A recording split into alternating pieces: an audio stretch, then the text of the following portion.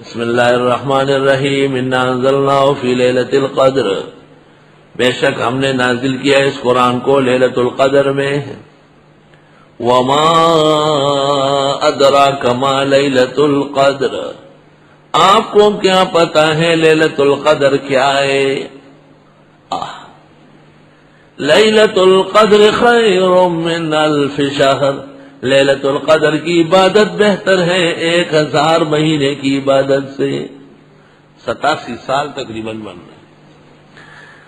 تفسیر فتح العزیز میں اور روح المعانی میں لکھا ہے کہ آپ نے بنی اسرائیل کے ایک طویل العمر شخص کا ذکر کیا جس نے بہت اخلاص کے ساتھ 100 سال تک عبادت کی۔ دوسری طرف آپ کا ارشاد ہے عمری و عمر امتی ما بین 60 الی 70، میری اور میری امت کی عمر 60-70 سال کے لگ بھگ ہے۔ وَأَقَلُّهُم مَّن يَتَجَاوَزُ عَن ذَلِكَ، بہت کم لوگ آگے بڑھیں گے۔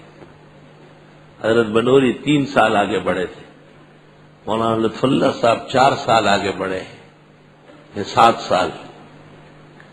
حضرت مولانا عبداللہ درخواستی 108 سال میں فوت ہوئے، مولانا عزیر گل صاحب 114 سال میں فوت ہوئے، اورنگزیب عالمگیر 97 سال میں فوت ہوئے،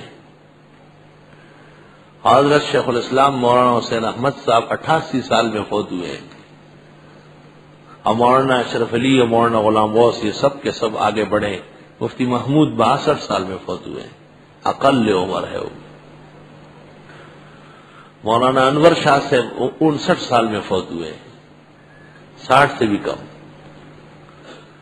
آپ نے فرمایا میری اور میری امت کی عمر 60-70 کے لگ بھگ ہوگی اور بہت کم لوگ آگے بڑھیں گے، تو امت کی عمر بہت کم ہے، ہم ایسی عبادت کیسی کرے جیسے وہ عابد و زاہد اسرائیلی کر چکا تھا۔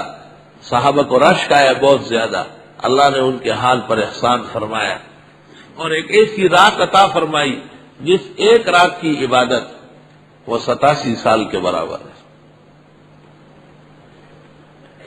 لیلۃ القدر جس کو فارسی میں کہتے ہیں شب قدر، مولانا روم فرماتے ہیں کہ خواجہ چجوئی یود شب قدر نشانی، ہر شب شب قدرست اگر قدر بدانی۔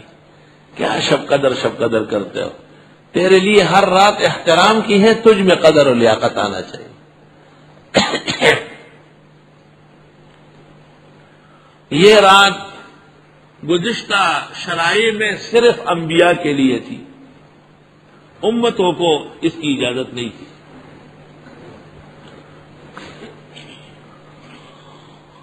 اور امت محمدیہ کو اولاً سال بھر میں دی تھی، اس لیے پیغمبر اور ان کے امت کے کاملین جیسے حضرت عثمان تمیمی داری، حضرت سعید اور امام ابو حنیفہ سال بھر ایک جیسے عبادت فرماتے، ایک جیسی۔ لیکن پھر احسان فرمایا رب العزت نے اور اس رات کو رمضان میں منتقل کیا، اور آپ کی دعا اور کوششوں سے اللہ کے حضور رب العزت نے اس رات کو آخری عشرہ میں رکھا، اور وہ بھی طاق راتوں میں۔ فتاوی عالمگیری میں لکھا ہے کہ طاق راتوں میں 21 کا کوئی احتمال نہیں، اس لیے لکھا ہے کہ ختم قرآن 21 میں مکروہ ہے، مکروہ لکھا ہے۔ 21 کا کوئی احتمال نہیں، اس کے علاوہ ہر رات کا احتمال ہے، 22، 24، 26، 28، 29۔ ابن قیم نے زاد میں کہا ہے کہ طاق راتوں کا پتہ آخر میں چلے گا، اگر مہینہ 30 کا نکلا تو طاق راتیں ہو گئی 23، 25، 27، 29، لیکن اگر رمضان کا مہینہ 29 کا نکلا تو طاق راتیں ہیں 22، 24، 26، 28۔ اس لیے ہر رات عبادت کو، مولانا روبی کہتے ہیں کہ ہر رات کو عبادت کرو۔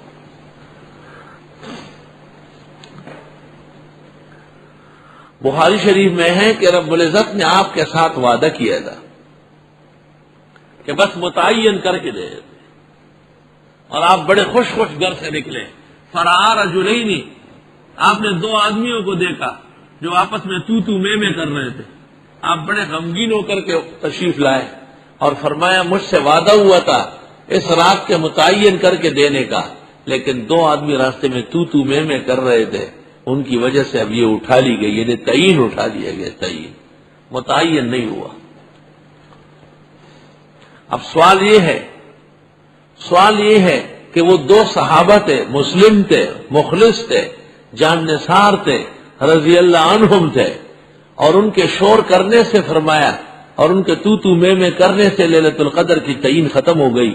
تو بزرگ راتوں میں جو بدعتیوں کی مسجدوں میں قیام اللیل کی جماعتیں ہوتی ہیں مکروہ تحریمی، ذکر بالجہر ہوتا ہے، ورفع الصوت فی المسجد حرام ولو بالذکر، قاری مرقات شرح مشکات میں لکھتے ہیں۔ تو جب تک دنیا کے اندر یہ مبتدئین موجود ہے، کسی کو لیلۃ القدر ملنا بظاہر مشکل ہے۔ لیلۃ القدر کے لیے پہلے اس قسم کے بونکاروں کو ہٹانا پڑے گا اور ان کو شریعت کے زاویے میں لانا پڑے گا۔ ایک مسئلہ اور ہے، وہ یہ کہ لیلۃ القدر ایک ہے یا کئی ہے، تو راجح قول یہ ہے کہ کئی ہے، یعنی پاکستان کے اندر پاکستان کے رمضان کے اعتبار سے اور سعودی عرب میں سعودی عرب کے رمضان کے اعتبار سے، جس طرح نمازوں کے اوقات بدل سکتے ہیں اور طلوع آفتاب میں فرق ہو سکتا ہے، لیلۃ القدر میں بھی فرق ہو سکتا ہے۔ ممکن ہے جب ان کی 23 ہو تو جب ہماری 23 ہو تو ان کی 22 ہو، اس طرح ہو، لیکن تعدد لیلۃ القدر محدثین مفسرین کے یہاں مسلم ہے۔ اس سے یہ امکان پیدا ہوتا ہے کہ یہ جو بدعات اور خرافات ہے ان کے مرتکبین کو تو محرومی ہے، لیکن اہل حق جن کی مساجد میں ہر طرح سکون و سنت کا اجراء و اشاعت ہے اور نفاذ ہے، اللہ ان کو یہ مقدس رات نصیب فرمائے۔ لیلۃ القدر خیر من الف شہر، لیلۃ القدر بہتر ہے 1000 مہینے کی عبادت سے، یعنی اس رات کو جو عبادت کر لے۔ لیلۃ القدر میں کوئی مخصوص عبادت پیغمبر نے نہیں بتائی کہ آپ اتنی رکعت پڑھے اور اتنی دفعہ سورت پڑھے، یہ جتنے ہیں افسانے ہیں اور ڈکوسلے ہیں، اور سب کے سب وعاظ ضالین و کذابین کی کہانیاں ہیں۔ لیلۃ القدر انہی راتوں کی طرح ایک رات ہے جس میں 20 رکعت تراویح ہے اور وتر باجماعت ہے۔ اگر کوئی مخصوص عبادت ہوتی تو حکم ہو جاتا کہ لیلۃ القدر کی تلاش میں آخری عشرے کے اندر وتر باجماعت نہ پڑھا کرے، کیونکہ وتر باجماعت پڑھنے کے بعد صبح صادق تک نہ قیام اللیل ہے اور نہ تہجد ہے۔ فیض الباری جلد 2 صفحہ 420 امام النصر مولانا انور شاہ نے محمد ابن نصر مروزی کے حوالے سے لکھا ہے کہ سلف صالحین رمضان میں تراویح اور وتر پڑھنے والے کو قیام اللیل اور تہجد سے منع فرماتے تھے، اور تحاوی میں ہے کہ صحابہ و تابعین کی ایک جماعت وتروں کے بعد نفل پڑھ کر فرماتے تھے کہ وتر اور اس سے پہلے کی عبادات چھٹ گئی، سب بیکار ہو گئی، آپ نے اس کے بعد نوافل پڑھے۔ مضبوط مسئلہ ہے لیکن کمعقل لوگوں کی وجہ سے کمزور ہو گئے۔ لیلۃ القدر خیر من الف شہر، اگر میں نے فیض الباری کے اس سے پہلے کوئی اور حوالہ دیا تو وہ غلط ہے، آج دیکھ کے آیا ہوں۔ فیض الباری جلد 2 صفحہ 420 ہے، شاید بعض نسخوں میں 424 ہو۔ تنزل الملائکۃ والروح فیہا باذن ربہم، اترتے ہیں فرشتے اور مقدس روح یعنی جبریل یا روح الارواح یا ارواح مراد ہے، جنس روح، اس رات کے اندر اللہ کے حکم کو لے کر من کل امر، ہر طرح احکام لے کر، سلام، یہ پوری رات سلام سے بری رہتی ہے، لوگوں پر سلام پڑھا جاتا ہے فرشتوں سے اللہ کی طرف سے، یہ رات حتی مطلع الفجر، یہاں تک کہ صبح صادق داخل ہو جائے۔